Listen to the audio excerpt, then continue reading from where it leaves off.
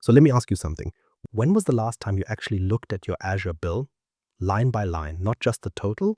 If you're like most people, you probably never did, or only when a surprise bill made you panic. Here's the thing about cloud computing. Most people think it's cheap. You spin up a virtual machine, pay for what you use, and the costs are supposed to be tiny compared to buying your own servers. And that's true until it isn't. The problem is that the cloud follows a pay-as-you-go model, which sounds great in theory. But in practice, you're not just paying for what you use, you're also paying for what you're not using but still running. According to Flexera's 2024 State of the Cloud report, organizations waste an average of 32% of their cloud spend, meaning nearly a third of every dollar you put into Azure is money down the drain. By the end of this episode, you'll understand exactly what Azure Cost Management is, why it matters, and how to use it so you never get a surprise bill again. Grab your coffee and let's dive in. The horror stories, real people, real bills. Consider Troy Hunt. You might know him as the security researcher who runs Have I Been Pwned, the website where you check if your email has been leaked in a data breach. He's a cloud expert, someone who's been doing this for years. One morning, he woke up to an Azure bill for AU $11,000, about $8,000 US dollars in a single month. The cause was a Cloudflare caching issue. His downloadable password hash files had grown past the 15 gigabyte cache limit, so every single request hit Azure's storage account directly. Each spike was 17.3 gigabyte of egress bandwidth, and he didn't know about it until the bill arrived. Now, Troy's story is bad, but it's not the worst. There's a story from Hacker News about a startup that hired an AWS expert to manage their infrastructure. He made a provisioning mistake, spinning up too many expensive instances for testing and leaving them running overnight. The company's daily usage jumped from $300 to $27,000 overnight, and the startup didn't survive. The founder said he went back to shared PHP hosting after that because the risk was just too high. Then there's the SaaS company that got a $500,000 bill, double their usual spend.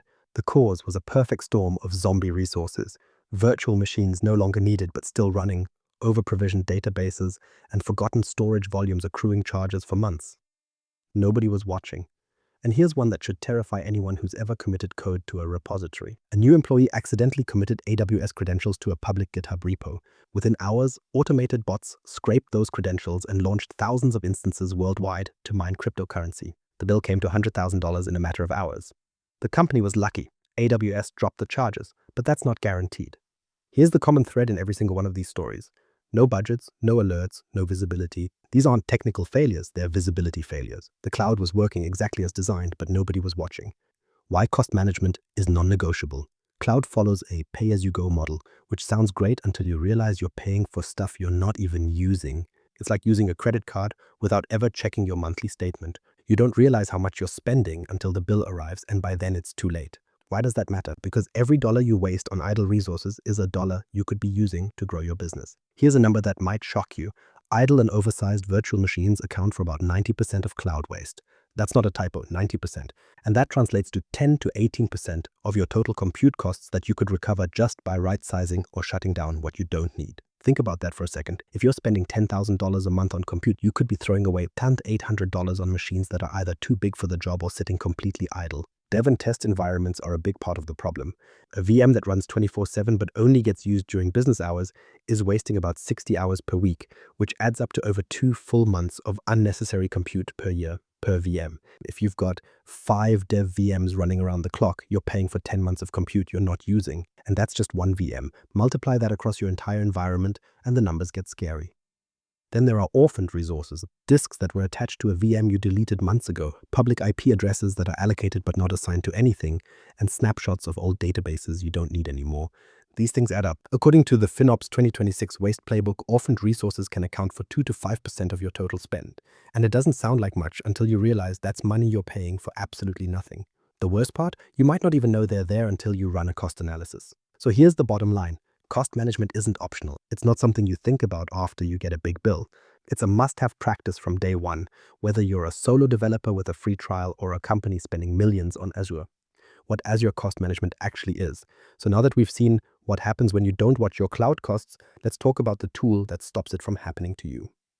Azure Cost Management is a built-in Azure service that's already there, included with your subscription at no extra cost. And it does 4 things. It lets you monitor, analyze, control, and optimize your cloud spending. Think of it like an office building. Cost analysis is the reception desk. It tells you who's coming in and out, where people are going, and what they're doing. Budgets are the security guard, setting limits on who can go where and how much access they have. And alerts are the fire alarm, going off when something's wrong so you can deal with it before the whole building burns down. Let's break it down into the major components so you can see how each piece fits. Now, here's the thing. Azure Cost Management isn't just a billing tool, it's a governance tool. It gives you full visibility and control over every dollar you spend in Azure.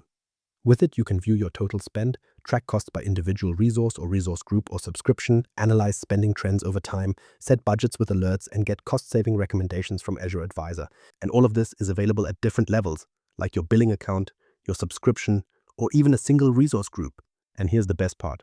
All of this is built right into Azure, no extra setup required. One thing that surprises people is how often the cost data refreshes. Azure updates your cost data every 4 hours. So if you spin up a new VM at 10 a.m., you'll see it reflected in cost analysis by 2 p.m. And for bill charges, the actual finalized numbers, those are available within 72 hours after the invoice is issued. That's fast enough to catch problems early, but it's not instant, so you still need alerts as your safety net. So set up those alerts early, and you'll sleep better at night. The billing hierarchy. Understanding where your money lives. This is where your money actually lives in the cloud. Let's dive in. Now, here's the thing. Azure has two separate hierarchies that control where your money goes, and they cross at the subscription level. That's where most people get confused. The first hierarchy is the billing hierarchy. It's how Microsoft tracks who pays for what. It goes like this: billing account, then billing profile, then invoice section, then subscription.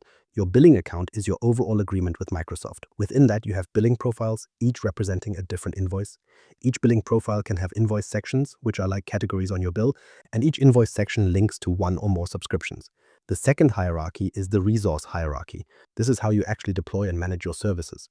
It goes management group, then subscription, then resource group, then resource. Management groups let you organize subscriptions. Subscriptions are the containers where billing happens. Resource groups are folders that hold related resources.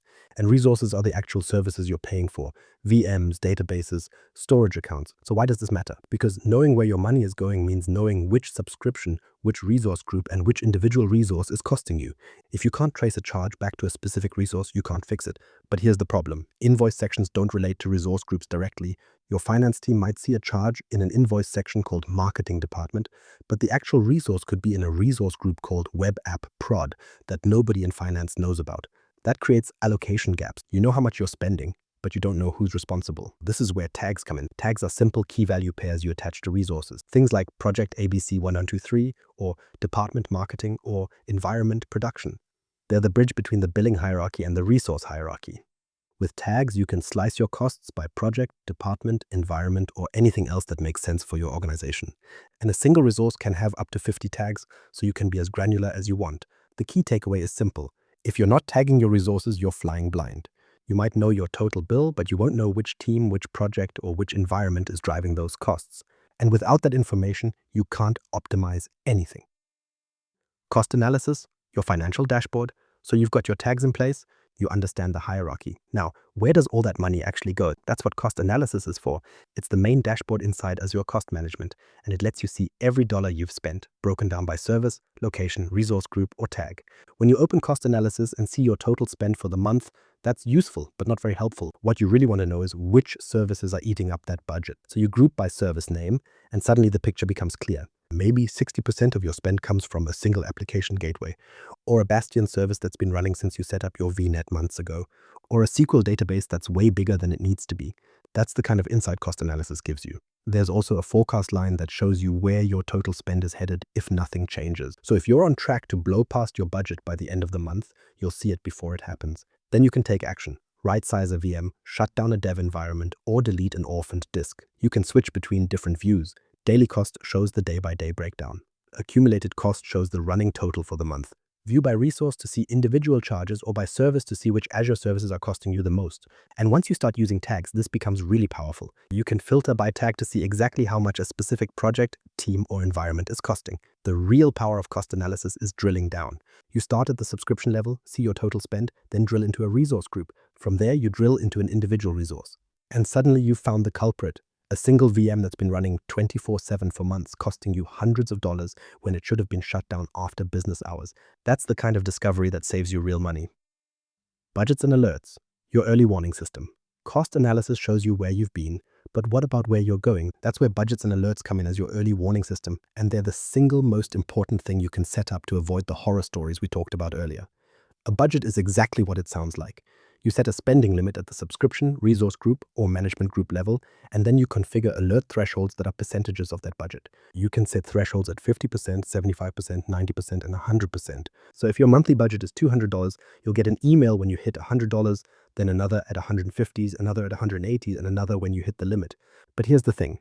Budgets aren't just about getting emails. They can trigger automated responses. You can set up action groups that, when an alert fires, do things like shut down VMs, scale down resources, or even send a message to a Teams channel or Slack. So if you hit 90% of your budget, you could have a logic app that automatically shuts down all non-production VMs until the next billing cycle starts. There are actually 3 types of alerts in Azure Cost Management. Budget alerts are the most common. They fire when your spending crosses a threshold you set. Anomaly alerts are newer and more powerful because they use machine learning to detect unusual spending patterns. So if your daily spend suddenly spikes from $50 to $500, Azure will flag it as an anomaly and send you an alert even if you haven't set a specific budget for that scenario. Then there are scheduled alerts, which are more like recurring reports. They send you a regular summary of your costs so you can stay on top of trends without having to log into the portal every day. Let me give you a real example. You set a monthly budget of $200 on your subscription and configure an alert at 75%, which is $150. A few weeks into the month, you get an email saying your spend has hit $150. You log into cost analysis, drill down, and find that a development VM you spun up for testing is still running. You shut it down. Problem solved. Without that alert, you would have kept paying for that VM until the bill arrived at the end of the month. Now, there's a trap here. It's called set it and forget it. You set up a budget, configure alerts, and then never look at it again. That's a mistake because budgets need regular review and adjustment. Your spending patterns change, your workloads change, your team grows. That $200 budget you set last quarter might be completely unrealistic now, or it might be too generous and you're missing opportunities to save. So here's a starting point. Create one budget at the subscription level with alerts at 50%, 75%, 90%, and 100%.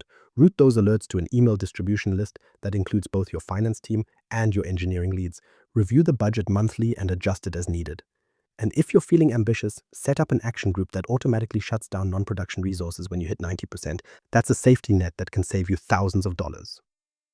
Saving money without sacrificing performance. So now you know how to track your spending and set up alerts. But the real question is probably on your mind. How do you actually spend less without breaking your infrastructure? The good news is, Azure gives you several ways to save money that don't require you to sacrifice performance. The biggest savings come from committing to Azure for the long term. Reserved instances let you commit to using a specific VM size in a specific region for 1 or 3 years, and in exchange you get a discount of up to 72% compared to pay-as-you-go pricing. So if you've got a production database that's been running 24/7 for the past 6 months and you know it's not going anywhere, buying a reserved instance for it is basically free money. You're going to run that VM anyway. Why not pay less for it? But reserved instances have a catch. They're tied to a specific VM family and region.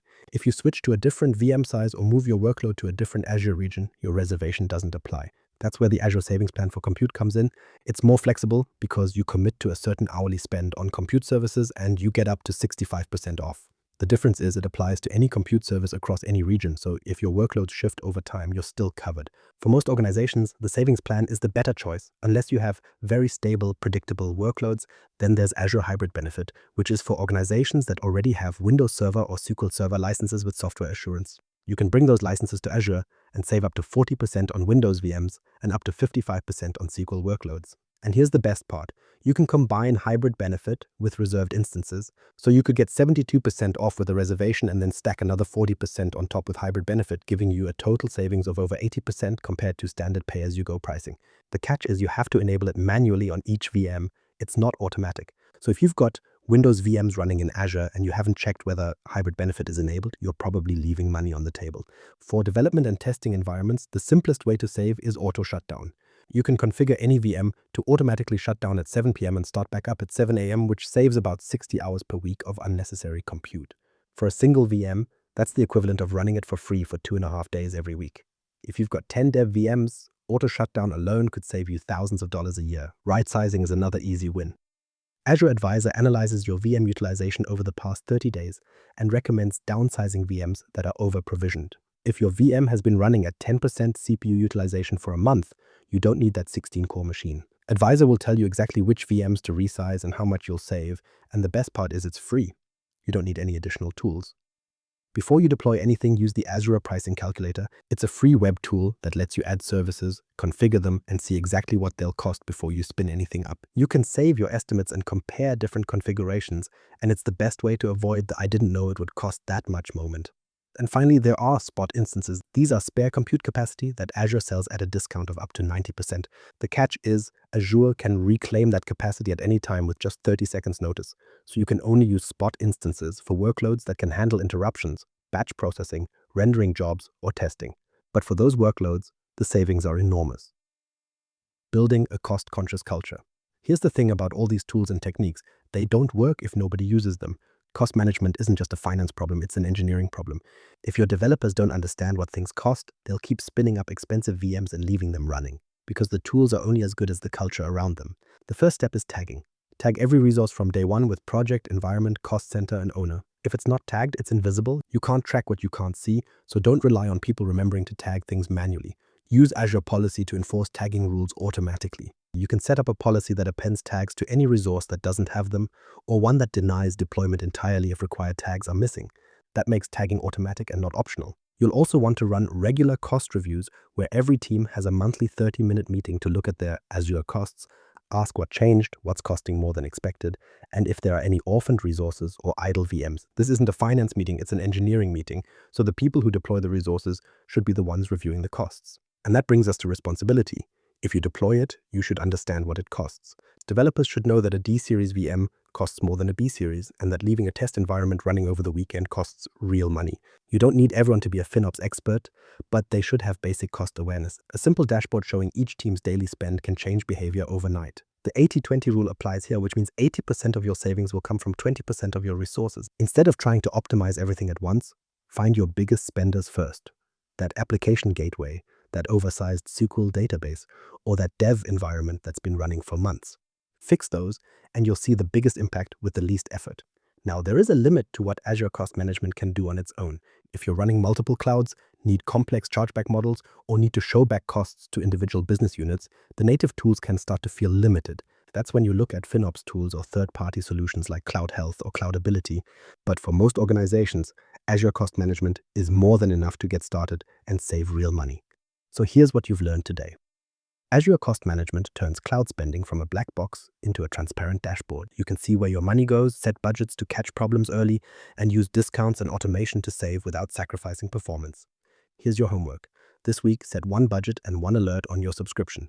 Pick a threshold you're comfortable with and configure email notifications.